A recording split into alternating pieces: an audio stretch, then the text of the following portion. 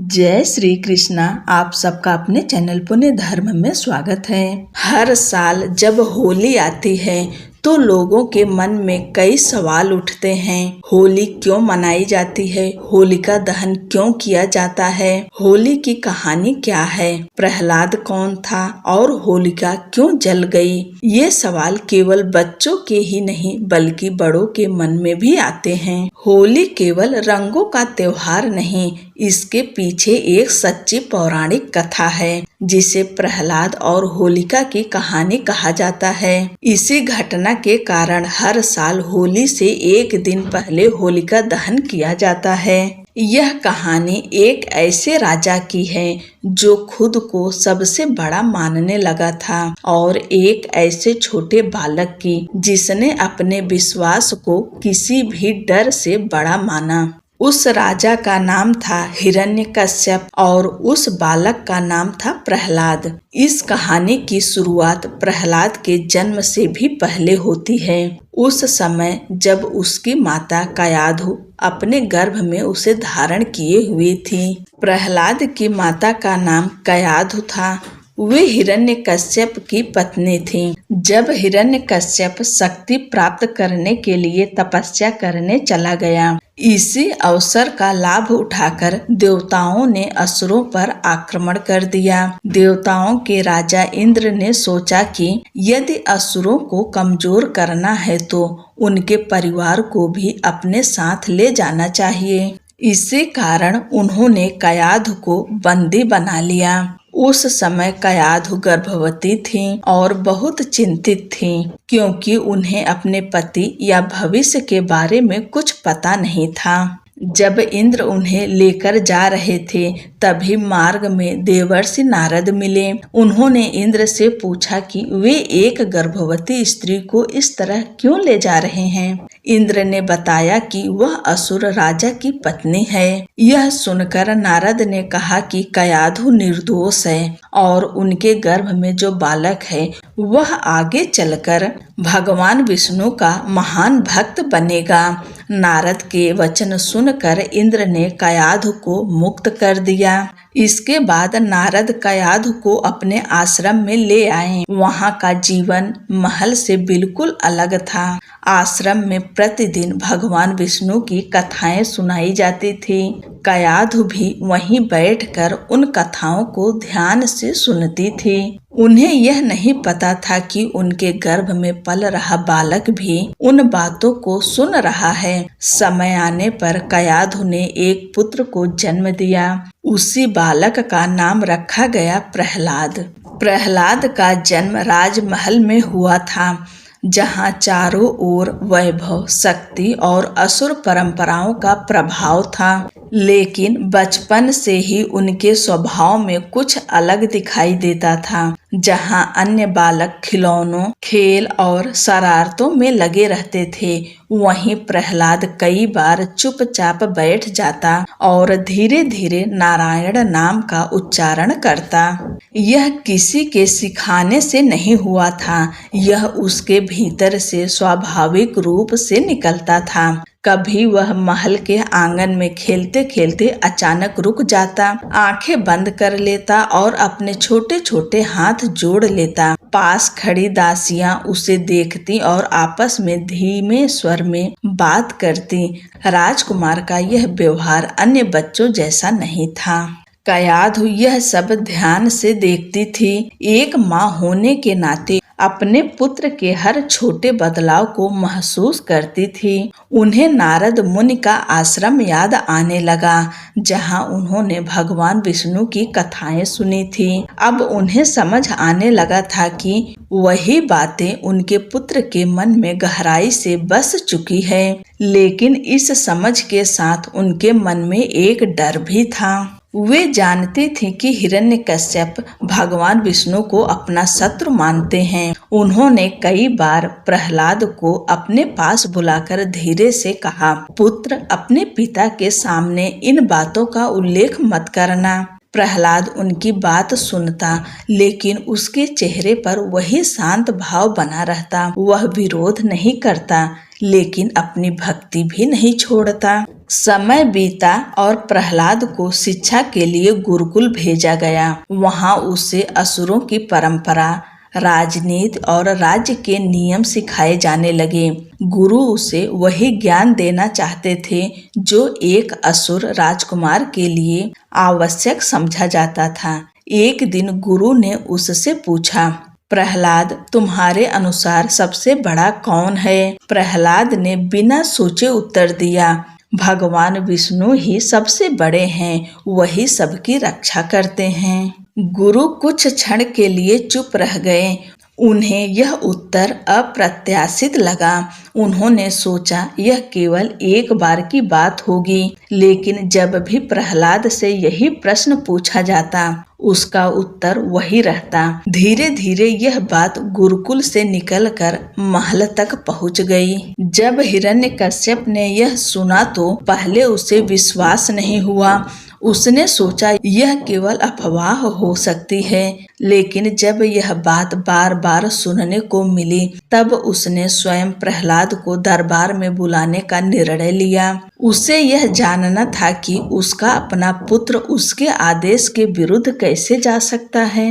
यहीं से वह घटना शुरू हुई जिसने आगे चलकर होलिका दहन और होली के त्योहार को जन्म दिया। जब प्रहलाद दरबार में पहुंचा तो हिरण्यकश्यप ने उसे अपने पास बुलाकर सीधे पूछा, प्रहलाद, तुम बार बार विष्णु का नाम क्यों लेते हो? क्या तुम्हें नहीं पता कि इस राज्य में उनकी पूजा करना मना है? प्रहलाद ने अपने पिता की आंखों में देखकर शांत स्वर में कहा, पिताजी, भगवान विष्णु हर जगह हैं, वही मुझे और इस पूरे संसार को सुरक्षित रखते हैं। जब प्रहलाद ने यह कहा कि भगवान विष्णु हर जगह हैं, तो हिरण्यकश्यप ने तुरंत अपने सिंहासन से उठकर उसकी ओर देखा। उसे विश्वास था कि उसके सामने खड़ा कोई भी व्यक्ति, चाहे वह उसका अपना पुत्र ही क्यों न हो, उसकी कठोर दृष्टि से कांप उठेगा। उसकी आंखों में वर्षों की तपस्या से प्राप्त शक्ति का अहंकार था। उसने प्रहलाद के पास आकर उसे ध्यान से देखा।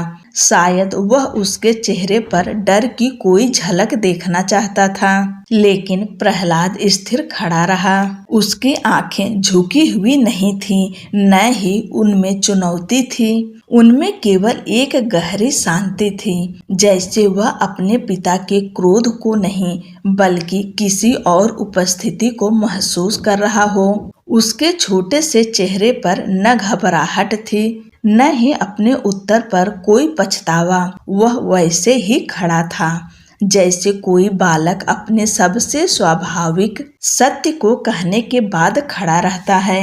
हिरण्यकश्यप के लिए यह क्षण असामान्य था। उसने अपने जीवन में अनेक योद्धाओं को देखा था, शक्तिशाली असुर, साहसी सैनिक और विद्रोही, लेकिन उनमें हर किसी की आंखों में उसने किसी न किसी रूप में भय देखा था। आज पहली बार उसके सामने एक ऐसा बालक खड़ा था जिसकी आंखों में भय का नाम तक नहीं था। उस क्षण हिरण्यकश्यप को यह एहसास हुआ कि यह केवल अवज्ञा नहीं है, यह कोई जिद भी नहीं है जिसे दंड देकर बदला जा सके।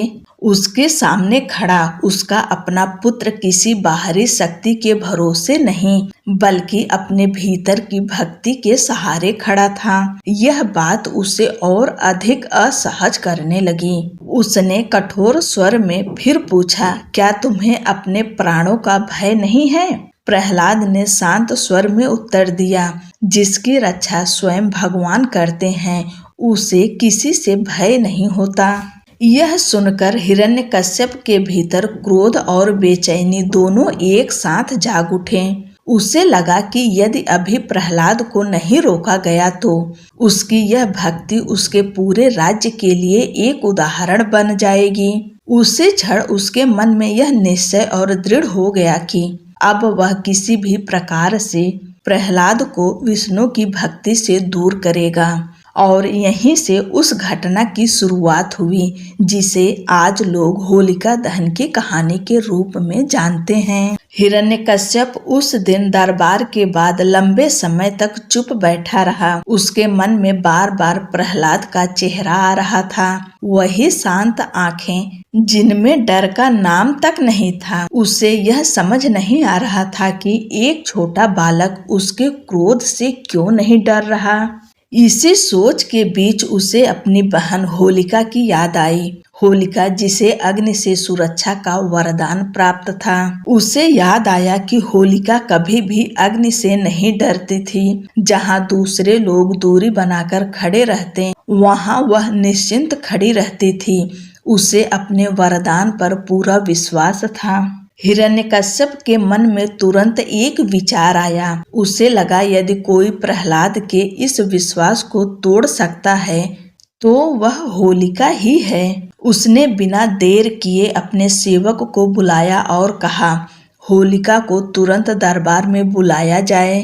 हिरण्यकश्यप ने जब होलिका को दरबार में बुलाया तो उसका चेहरा सामान्य नहीं था। वह शांत दिखने की कोशिश कर रहा था, लेकिन उसके भीतर की बेचैनी छिप नहीं रही थी। उसने वर्षों तक तपस्या की थी, देवताओं को हराया था, अपने राज्य को अजेय बनाया था, लेकिन आज वह अपने ही छोटे पुत्र के सामने असहाय महसूस कर रहा था। होलिका उसके सामने आकर खड़ी हो गई। वह अपने भाई को बचपन से जानती थी। उसने उसके क्रोध को भी देखा था और उसकी शक्ति को भी, लेकिन आज उसकी आंखों में कुछ और था, एक ऐसी कठोरता जो पहले कभी नहीं दिखी थी। हिरण्यकश्यप ने धीमे लेकिन ठंडे स्वर में कहा, तुम जानती हो तुम्हें अग्नि से वरदान प्राप्त है। अग्नि तुम्हें जला नहीं सकती। यह केवल एक तथ्य नहीं था, यह होलिका की पहचान का हिस्सा था। बचपन से उसे बताया गया था कि अग्नि उसका कुछ नहीं बिगाड़ सकती। कई बार उसने स्वयं अग्नि के पास जाकर यह अनुभव किया था। इसी कारण उसके भीतर यह विश्वास गहराई से बैठ चुका था कि अग्नि उसके अधीन है, उससे डरने की कोई आवश्यकता नहीं। हिरण्यकश्यप ने आगे कहा, प्रहलाद अब भी विष्णु का नाम लेता है, वह मेरी आज्ञा का पालन नहीं करता। उसे यह समझाना होगा कि इस संसार में उसकी रक्षा कोई नहीं कर सकता। यह कहते हुए उसकी आवाज में एक पिता का दर्द नहीं था, केवल एक राजा का अहंकार था जिसे चुनौती दी गई थी। कुछ क्षण के लिए दरबार में मौन छा गया। फिर हिरण्यकश्यप ने स्पष्ट शब्दों में कहा, तुम उसे अपनी गोद में लेकर अग्नि में बैठो। यह सुनते ही होलिका की दृष्टि अनायास ही प्रहलाद की ओर चली गई। वह थोड़ा दूर खड़ा था। न उसके चेहरे पर भय था, न ही उसने भागने की कोशिश की। वह वैसे ही खड़ा था, शांत स्थिर। उसकी आंखों में एक अजीब सी निश्चिंतता थी, जैसे उसे अपने भाग्य की चिंता ही ना हो। एक क्षण के लिए होलिका के भीतर कुछ हिला। यह वही बालक था जिसे उसने बचपन में अपनी गोद में खिलाया था, लेकिन अगले ही क्षण उसके भीतर का विश्वास और अहंकार उस भावना पर भारी पड़ गया। उसे अपने वरदान पर पूरा भरोसा था। उसे लगा अग्नि उसे कभी नुकसान नहीं पहुंचा सकती। हिरण्यकश्यप का आदेश पूरे महल में फैल गया। यह तय किया गया कि फाल्गुन पूर्णिमा की रात को राजमहल के सामने एक बड़ी अग्नि जलाई जाएगी। यह केवल एक दंड नहीं था, बल्कि एक प्रदर्शन था, ताकि पूरा नगर देख सके कि राजा की आज्ञा के सामने किसी का विश्वास टिक नहीं सकता।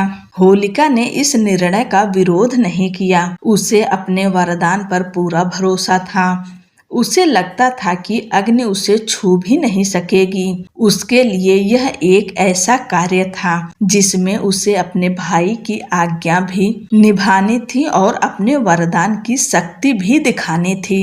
जब यह समाचार महल के भीतर और बाहर पहुंचा तो लोगों के मन में भय फैल गया। सभी जानते थे कि अग्नि के सामने कोई जीवित नहीं रह सकता, लेकिन प्रहलाद के चेहरे पर वही शांति बनी रही। वह पहले की तरह भगवान विष्णु का स्मरण करता रहा, जैसे उसे अपने जीवन के अंत का नहीं बल्कि किसी अदृश्य सहारे का विश्वास था। धीरे धीरे वह रात आने लगी जिसे आज भी लोग होलिका दहन की रात के रूप में याद करते हैं। वही रात जिसने आगे चलकर होली के त्योहार को एक नई पहचान दी।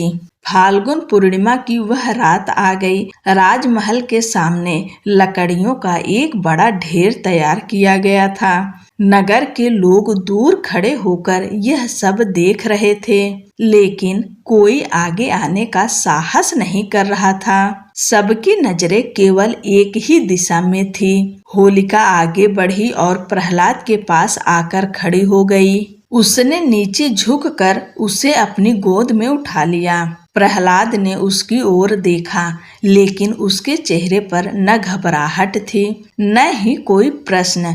उसने अपनी आंखें बंद कर ली और मन ही मन भगवान विष्णु का स्मरण करने लगा। होलिका अग्नि के बीच जाकर बैठ गई। कुछ ही क्षणों में आग की लपटें उठने लगी, लकड़ियां जलने लगी और अग्नि ने दोनों को अपने घेरे में ले लिया। दूर खड़े लोगों की सांसें थम गई, क्योंकि अब आगे क्या होगा यह कोई नहीं जानता था। शुरुआत में होलिका को पूरा विश्वास था कि अग्नि उसे कोई नुकसान नहीं पहुंचा पाएगी। वह स्थिर बैठी रही, जैसे यह सब उसके लिए सामान्य हो, लेकिन कुछ ही देर में उसे असहज गर्मी महसूस होने लगी। उसने अपने चारों ओर उठती लपटों को देखा। अग्नि अब पहले से अधिक तेज हो चुकी थी। उसी समय उसकी नजर प्रहलाद पर गई। प्रहलाद उसकी गोद में शांत बैठा था। उसकी आंखें बंद थीं और उसके होठ धीरे धीरे भगवान विष्णु का नाम ले रहे थे। उसके चेहरे पर वही शांति थी जो दरबार में खड़े समय थी। धीरे धीरे स्थिति बदलने लगी। होलिका को समझ आने लगा कि अग्नि उसे जला रही है। उसका विश्वास डगमगाने लगा। कुछ ही समय में अग्नि ने उसे पूरी तरह अपने घेरे में ले लिया। जब अग्नि शांत हुई और लपटें कम होने लगी, तब लोगों ने जो देखा उसने सभी को स्तब्ध कर दिया। होलिका जल चुकी थी, लेकिन प्रहलाद सुरक्षित था। वह अग्नि के बीच से बाहर आया, जैसे उसे कुछ हुआ ही न हो। उसी क्षण लोगों को समझ आ गया कि यह एक साधारण घटना नहीं है। जब यह समाचार हिरण्यकश्यप तक पहुंचा तो उसे विश्वास नहीं हुआ। उसने स्वयं बाहर आकर देखा। उसके सामने उसका पुत्र जीवित खड़ा था, वही बालक जिसे उसने अग्नि में बैठाया था। कुछ क्षणों के लिए वह कुछ बोल नहीं पाया। उसने होलिका की राख देखी, फिर प्रहलाद की ओर देखा। उसके मन में क्रोध पहले से भी अधिक बढ़ गया। अब यह केवल अवज्ञा का विषय नहीं रह गया था, यह उसके अहंकार और उसकी शक्ति के लिए एक खुली चुनौती बन चुका था। हिरण्यकश्यप अब अपने क्रोध को और नहीं रोक पा रहा था। उसने तुरंत प्रहलाद को अपने सामने बुलवाया। जब प्रहलाद दरबार में आया तो वह पहले की तरह शांत खड़ा हो गया। हिरण्यकश्यप ने उसकी ओर देखा और कठोर स्वर में पूछा, तुझे किस पर इतना भरोसा है? कौन है जो हर बार तुझे बचा लेता है? प्रहलाद ने बिना डर के उत्तर दिया, भगवान विष्णु, वह मेरी रक्षा करते हैं। यह सुनते ही हिरण्यकश्यप का क्रोध और बढ़ गया।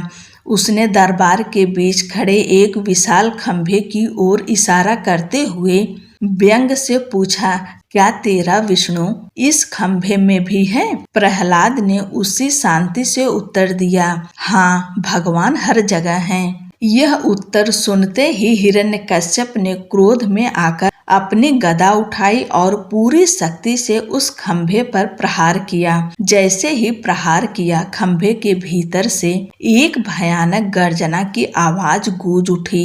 दरबार में उपस्थित सभी लोग भयभीत होकर पीछे हट गए। किसी ने ऐसी आवाज पहले कभी नहीं सुनी थी। खंभा धीरे धीरे टूटने लगा और उसी क्षण उसमें से भगवान विष्णु नरसिंह अवतार में प्रकट हुए। भगवान नरसिंह का रूप देखकर पूरा दरबार स्तब्ध रह गया। उनका स्वरूप पहले कभी किसी ने नहीं देखा था। उनका शरीर मनुष्य जैसा था, लेकिन मुख सिंह का था। उनकी आंखों में तेज था और उनका प्रकट होना ही हिरण्यकश्यप के अहंकार के अंत का संकेत था। हिरण्यकश्यप कुछ क्षणों के लिए पीछे हट गया। उसे अपने वरदान पर पूरा विश्वास था। उसे लगा कि कोई भी उसे मार नहीं सकता। उसने अपने आप को संभालते हुए नरसिंह भगवान पर आक्रमण करने की कोशिश की, लेकिन इस बार उसकी शक्ति काम नहीं आई। भगवान नरसिंह ने उसे पकड़ लिया और महल के द्वार की चौखट पर बैठ गए। वह समय न दिन था न रात, संध्या का समय था। उन्होंने हिरण्यकश्यप को अपनी जांघ पर रखा और अपने नाखूनों से उसका अंत कर दिया। इस प्रकार उसका वरदान भी उसे बचा नहीं सका। यह सब प्रहलाद के सामने हुआ। प्रहलाद शांत खड़ा रहा। उसके मन में भय नहीं था, क्योंकि वह जानता था कि भगवान उसकी रक्षा के लिए प्रकट हुए हैं। हिरण्यकश्यप के अंत के साथ ही अन्याय और अहंकार का अंत हो गया। होलिका के दहन और हिरण्यकश्यप के अंत के साथ ही लोगों के मन से वर्षों का भय समाप्त हो गया। उन्होंने अपनी आंखों से देखा था कि एक छोटे बालक की सच्ची भक्ति के सामने अहंकार टिक नहीं सका। उसी दिन से इस घटना की स्मृति में हर वर्ष फाल्गुन पूर्णिमा की रात को होलिका दहन किया जाने लगा। इसी कारण इस पर्व को होली की सच्ची कहानी और होलिका दहन की कथा से जोड़ा जाता है। अगले दिन रंगों से होली मनाई जाती है, जो खुशी, नए आरंभ और भय से मुक्ति का प्रतीक है। यही वह कारण है कि आज भी होली का त्योहार पूरे भारत में श्रद्धा और उत्साह के साथ मनाया जाता है। आप सभी को होलिका दहन और होली की ढेर सारी शुभकामनाएं।